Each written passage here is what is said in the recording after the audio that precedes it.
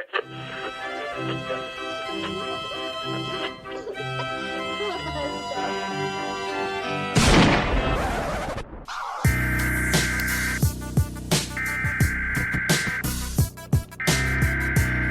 interrupt our program to bring you this important message.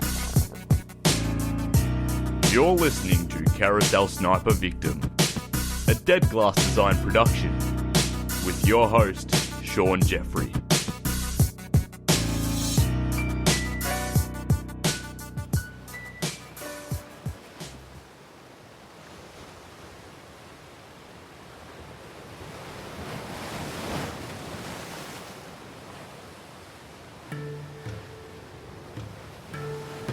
For as far as written history tells us, what we would call a lighthouse, as we know them today, has been around since at least ancient Egypt. The Tower of Hercules, built by the Romans in northern Spain during the 1st century CE, remains the oldest functioning lighthouse in the world today.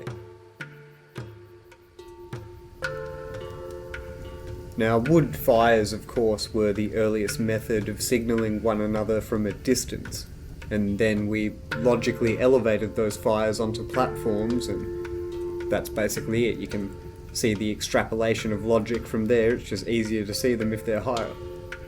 As lighthouses proliferated, lamps powered by coal, whale oil, and kerosene and other fuels became more commonplace. One of the most novel lighthouse inventions, the Fresnel lens, came along in 1822, and this used a network of prisms to magnify a small amount of light and cast a beam over a distance of at least 20 miles, or more than 32 kilometres.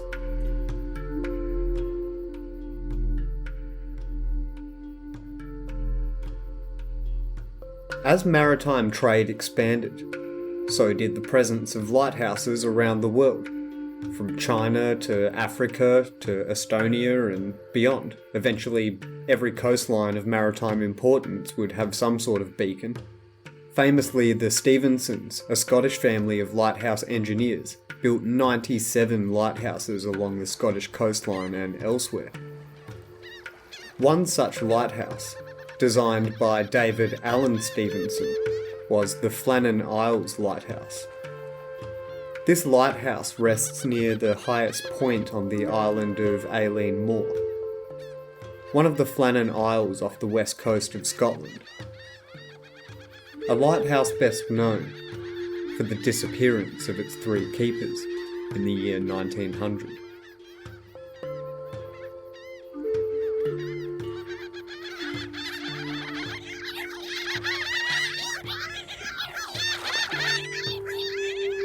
Welcome to Carousel Sniper Victim.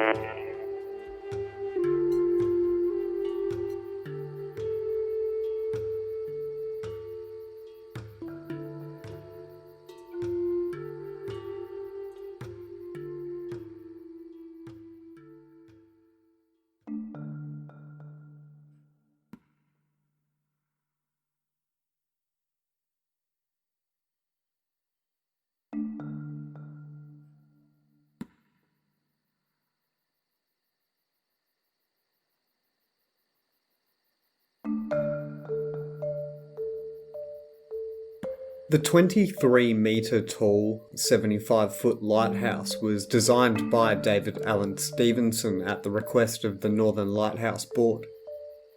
Construction, which took place between 1895 and 1899, was overseen by one George Lawson of Rutherglen, and he did it for a bloody bargain bin cost of 6,914 Great British pounds, which I looked up the equivalent today and it would be around £764,000.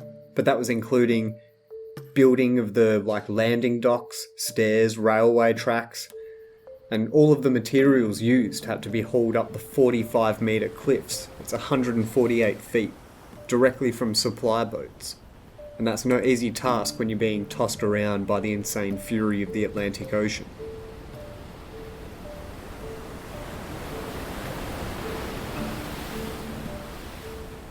The The lighthouse was finally lit after 4 years of construction on the 7th of December, 1899.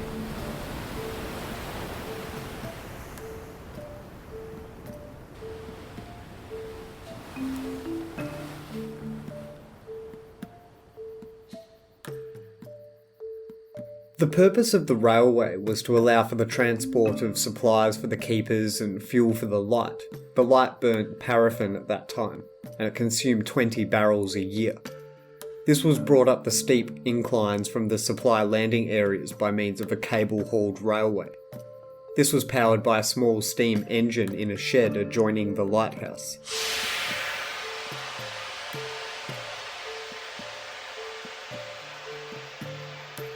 A track descended from the lighthouse in a westerly direction and then curved round to the south.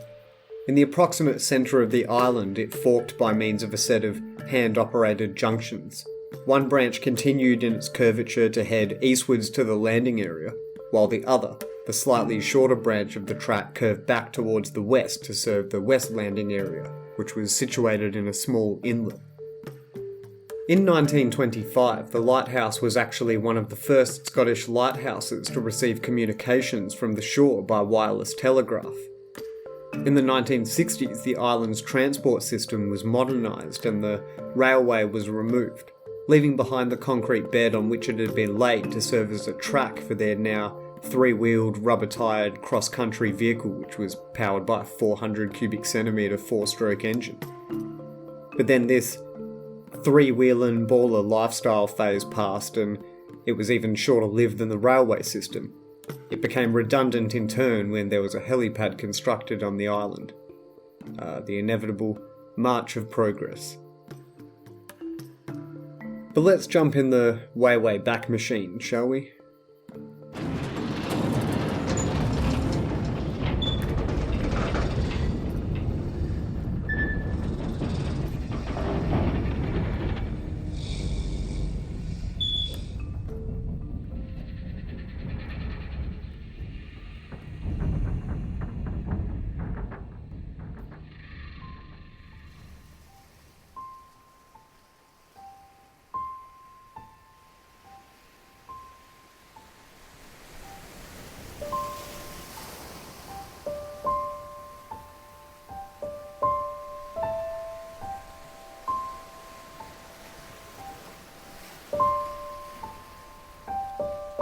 At the turn of the 20th century, this remote Scottish lighthouse was manned by three men by the names of James Ducat, Donald MacArthur, and Thomas Marshall, with a rotating fourth man spending time on shore and then relieving one of the others.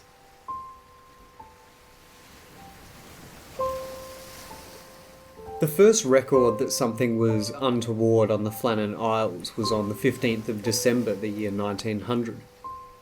When the steamer Arctur, on a passage from Philadelphia to Leith in Scotland, noted in its log that the lighthouse was not operational in poor weather conditions.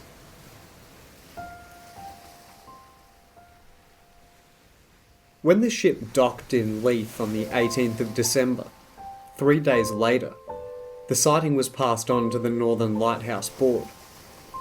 The relief vessel, the lighthouse tender Hesperus, was unable to sail from Briescley, Lewis, as planned on the 20th of December due to just shitty weather.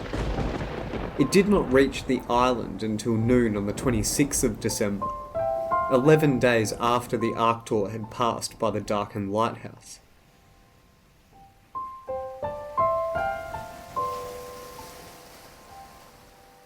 On arrival, the crew and relief keeper found that the flagstaff had no flag. None of the usual provision boxes had been left on the landing stage ready for restocking, and, more ominously, none of the lighthouse keepers were there to welcome them ashore.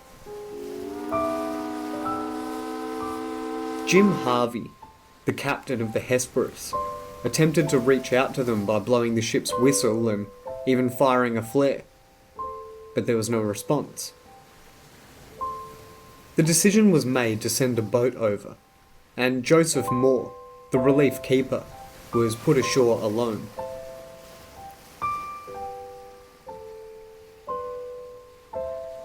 He found the entrance gate to the compound and main door were both closed. The beds were unmade and the clocks had stopped. Feeling understandably concerned and probably a bit weirded out, he made his way quickly back to the landing area where the boat had dropped him off.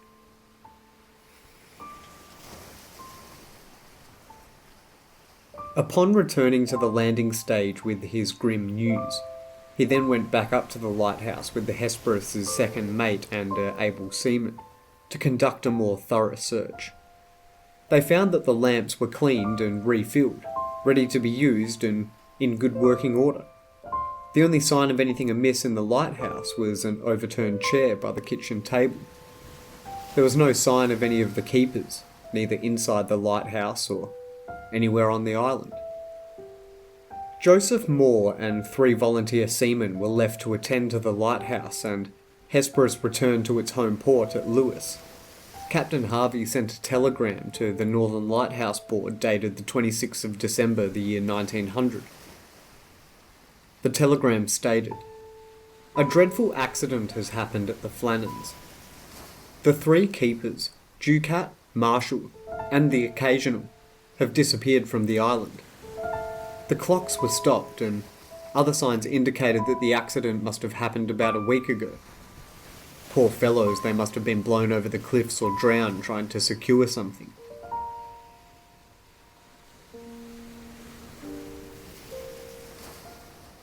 Meanwhile, back on the island of Aileen Moor, the men scoured every inch for clues as to the fate of the keepers.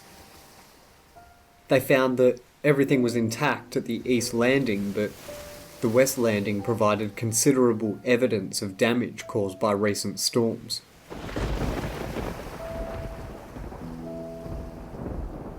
A box which was situated at a height of 33 metres, 108 feet above sea level, had been broken and its contents were strewn about everywhere.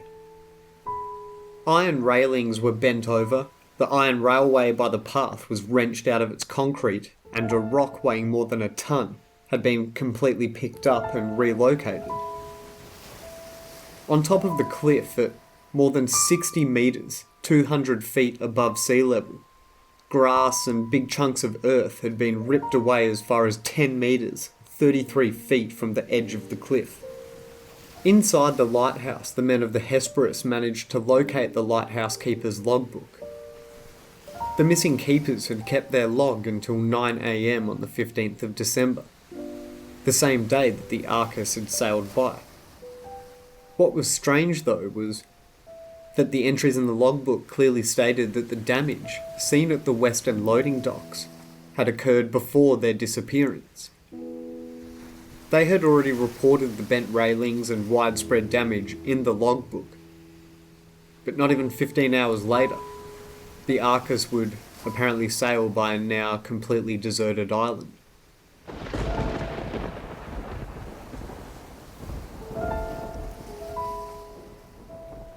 No bodies were ever found, resulting in quite a bit of speculation in newspapers and periodicals at the time. Implausible theories started to abound, such as that one keeper had murdered the others, then thrown himself into the sea. Possibly a sea serpent or a giant seabird had carried the men away. They had been abducted by foreign spies, or they had met their fate through the evil doings of some sort of ghost ship. There is a local legend of the Phantom of the Seven Hunters, which is a local name for the 7 islands that make up the Flannan Isles.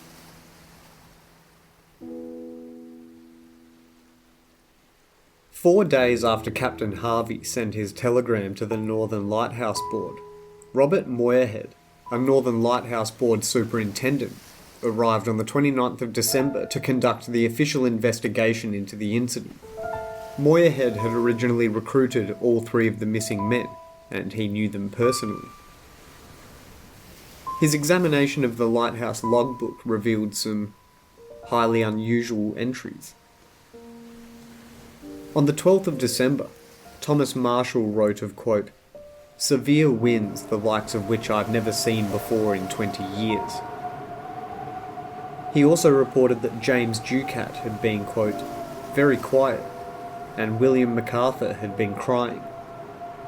William MacArthur was a veteran mariner with a reputation for brawling, and it would seem strange for him to be crying in response to a storm. Log entries on the 13th of December, 2 days before they would disappear, stated that the storm was still raging, and that all 3 men had been praying. This was also puzzling, as all 3 men were experienced lighthouse keepers. They knew they were in a secure structure which was about 150 feet above sea level, and they should have known they were safe inside. Furthermore, there hadn't even been any storms reported in the area on the 12th, 13th and 14th of December by any of the neighbouring islands, which are very close. The final log entry was made on the 15th of December, and it stated simply, "Storm ended. Sea calm. God is over all."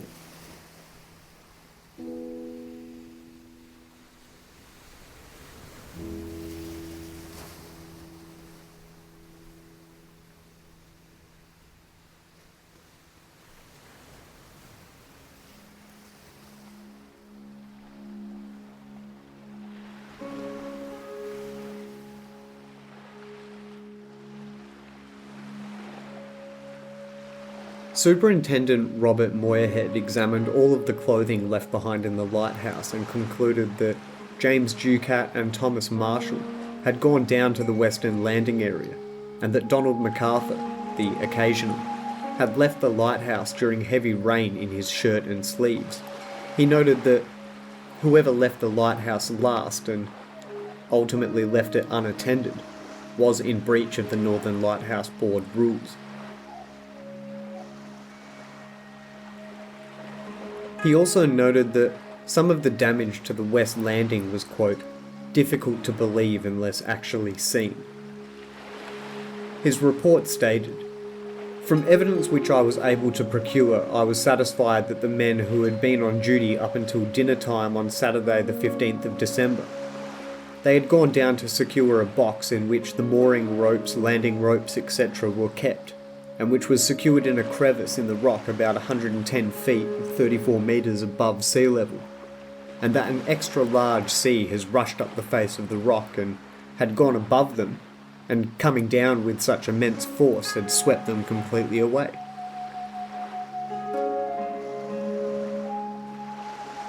Whether this explanation brought any comfort to the families of the lost keepers is impossible for us to ever know.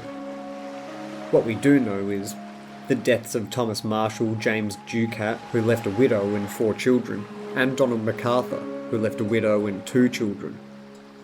Their deaths cast a shadow over the lighthouse service industry for many years. And the disappearance of 3 keepers wasn't even the first tragedies to hit the tiny little island. During construction, the clerk of works died, and a horse called Billy, who was being slung ashore by crane, also died. Quote, "Sadly, when Billy the horse came to be taken off, he struggled out of his sling and fell to his death into the sea below." End quote.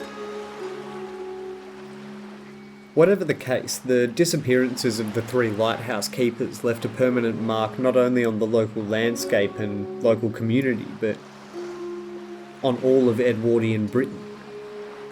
It's easy to see why, I think, as well. It encapsulated so many of the popular romantic cliches of the time. It had the whole secluded lighthouse and lonely lighthouse keepers, mysterious disappearances and raging natural elements. The Flannan Isles themselves were once inhabited by a Saint Flannan and visited by pilgrims who engaged in some pretty weird rituals. They would remove their hats and spin around, quote, sunwise, whatever way sunwise is supposed to be. The islands were most likely completely uninhabited from when the Vikings invaded during the 9th century up until the lighthouse was installed in the late 1800s. These days, however, the lighthouse is no longer occupied at all. It was eventually fully automated in 1971. And with that, not a single shred of evidence will ever be found to point to what might have happened to the 3 missing lighthouse keepers. Over the years, the theories have ranged from claims that the men were killed by pirates and eaten by seabirds and kidnapped by aliens, but what's scariest of all, in my opinion, is that the sea just rose up and swept them away. Even at 150 feet above sea level, on their little piece of rock which was sturdy as is still there today, and so is their lighthouse. They must have just stepped outside for a moment, and they were just carried off by the full force of nature. Nature can be pretty fucking metal.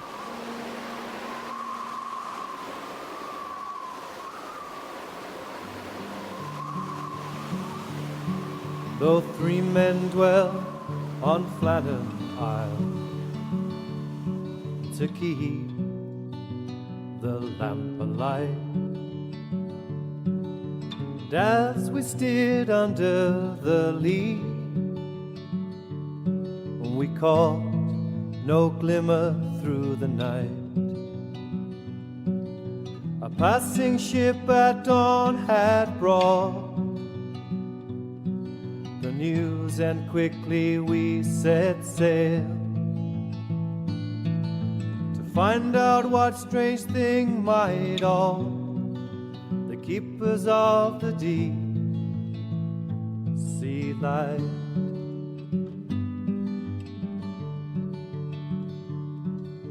The winter day broke blue and bright,